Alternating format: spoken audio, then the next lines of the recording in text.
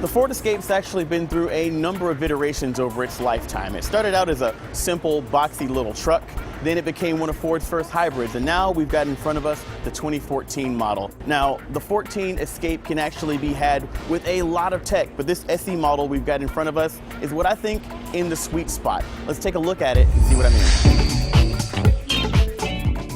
Now, our SE model isn't equipped with the top-of-the-line My Ford Touch system. It's actually got the basic, deceptively simple, actually, let me take that back. It's not very deceptively simple because, I mean, well, look at all these buttons.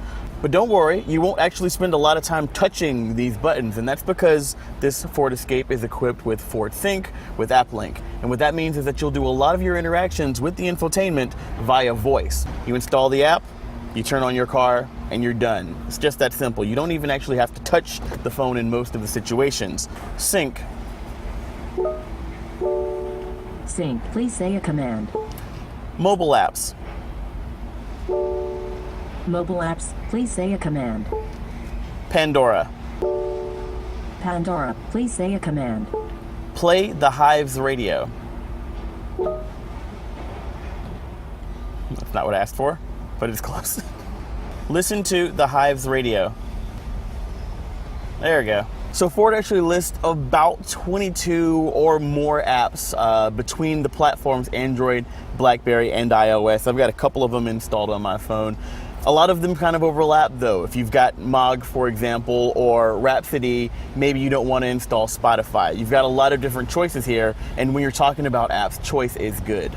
Interestingly, the Bluetooth audio stream doesn't seem to show album information when connected to my Android phone. Some of the other cars that I've tested have. The rest of the audio sources are going to include your standard sort of CD slot here, USB port for connectivity to iPod devices or your mass storage. You've got an auxiliary input. You've got AM and FM radio and Sirius XM satellite radio with a really neat trick. When you're listening to satellite radio, you can actually access this feature called Replay. And what that allows you to do is very briefly pause live radio and then get out of your car. You can pause for about 30 minutes, and when you get back into your car and hit play, it'll pick up right where it left off. And then, of course, you can jump back to direct play. So if you're in your car, you're listening to a baseball game, and you've got to get out to fill up or pick up something from the store, you don't have to worry about missing the play. Further down the console, you've actually got your dashboard-mounted shifter right here for the 6-speed automatic transmission. You do have a sport mode at the bottom of the shifter, which is going to actually change those shift points and give you better access to the 170 some odd horsepower that you have. It does feel a little bit better, a little bit more responsive for performance driving, if you want to put that in quotes, than the standard drive mode. And when you put it in reverse, you'll see that the 4.3-inch screen in the dashboard also serves as a rear view camera. If you've got the trunk open like we do, you get a nice exclamation point letting you know maybe it's not the best time to start moving.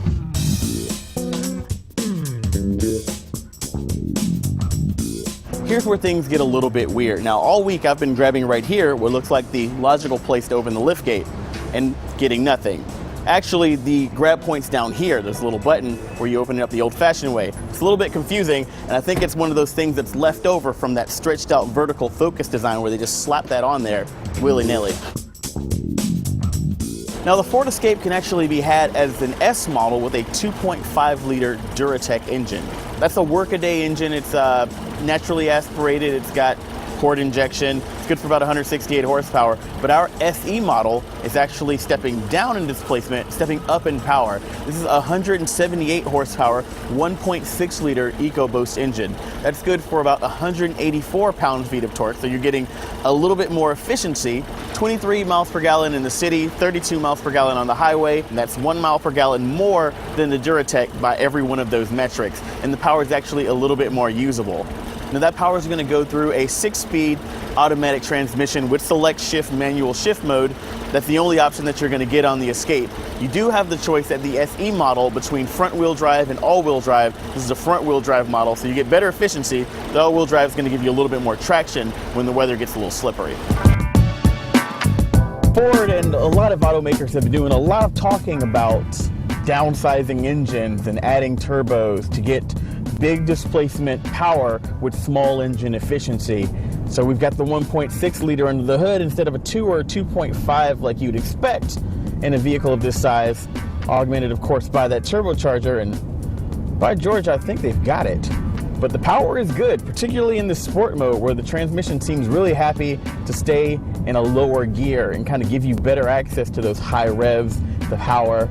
You do kind of at low speeds and around the city kind of get that good planted Ford Focus feel, that European tuned steering and handling that Ford's been promising us with this new generation of their C-platform vehicles.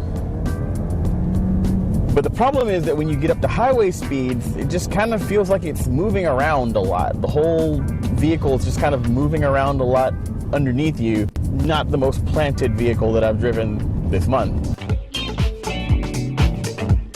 Now the 2014 Escape can actually be had at the base S model for $22,700, and that's a pretty good car with the Duratec engine. It's perfectly serviceable and reasonable amount of tech. You can also go CNET style, as Brian Cooley likes to say, and jump up to the titanium model with the turbocharged engine and lots of power. You can go crazy with the tech and make this thing parallel park itself and open the trunk automatically. But then you're going to be pushing the price close to $35,000. Now this SE model, which starts at $25,550, it's right there in the middle. Add $895 for your destination charge, and I think you're going to find that less is more in this case.